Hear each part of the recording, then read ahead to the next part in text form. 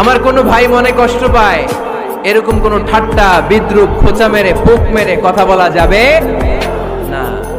এটা তার চেহারা নিয়ে না, তার পেশা নিয়ে না, তার বংশ নিয়ে না, তার পরিবার নিয়ে না। তার বাবা চুরি করেছে, আমি কি বলতে পারবো তুই চোরের ঘরের চোর? বলে কি বলে না? কেউ একটু মোটা হইলে কে তুই মোটুর ঘরের মোটু, চোখে কম দেখলে কে তুই কানার ঘরের কানা। আছে না নাই? না, স্টপ, থামেন, অনেক হয়েছে, আর না, এগুলো বলা যাবে না। কারো আকৃতি নিয়ে খোঁটা দেয়া, ঠাট্টা করা, এটা স্বয়ং আল্লাহর সাথে ঠাট্টা করার শামিল, ঠিক কিনা? কারো নাক যদি ছোট হয়, এর কয় বোচা, তোর নাক বোচা। ফেনীতে আপনারা কি বলেন? হ্যাঁ, তো এই যে যার নাক বোচা হয়েছে, ও কি নিজে বানাইছে? যার নাক খাড়া, এটা বানাইছে কে? যে কালো, বানাইছে কে? সাদা শুভ্র, বানাইছে কে? তার মানে কারো আকৃতি নিয়ে যদি আপনি ঠাট্টা করেন, স্বয়ং আল্লাহর সাথে ঠাট্টা করলেন।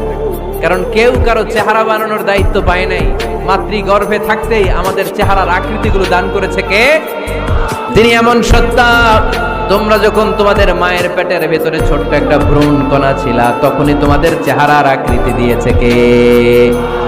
মায়ের পেটে থাকতেই কে ছেলে হবে, কে মেয়ে হবে, কে সুশ্রী হবে, কে শ্যামলা হবে, কার নাক লম্বা হবে, কারটা খাটো হবে, এগুলো ফিক্স করে রেখেছে কে?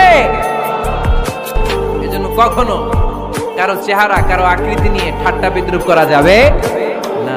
কারণ এই চেহারা আমরা বানাই নাই, বানাইছে কে?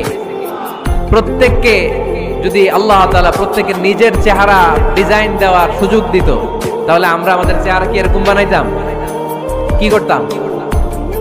আপনাকে যদি আপনার চেহারা তৈরি করার ডিজাইন আল্লাহ দিত, যে তুমি যেমন মনে চাই নিজের চেহারাটার ডিজাইন দাও, কেমন বানাতেন নিজেকে? কথা বলেন, কয়েকজন বলেন না? হ্যাঁ, সবচাইতে সুন্দর করে আমি আমার অবয়বটাকে তৈরি করতাম।